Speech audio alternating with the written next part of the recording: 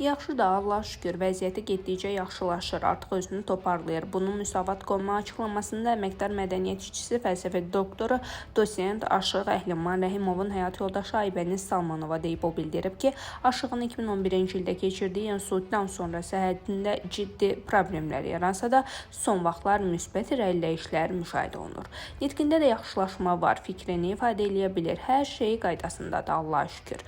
Çox güclü müalicələr aparıldı, dünyanın müxtəlif ölkələrindən dərmanlar gətirildi, həkimlər çox əziyyət çəkdilər. Biz təklif etdik ki, lazım olsa onu xaricə aparaq, amma həkimlər dedilər, buna ehtiyac yoxdur. Artıq lazım olan müalicə preparatlarını ölkəyə gətirmək mümkündür. Allaha min şükür ki, peşəkar həkimlərimiz var. Yanına gələnləri tanıyır, uzun müddət görmədiyi insanlar isə bəzən dərhal xatırlamır. Təxminən 15-20 dəqiqə söhbət etdikdən sonra düşünür və yadına salır. Bu çox nadir hallarda baş verir, əksər hallarda isə insanları görən kimi tanıyır.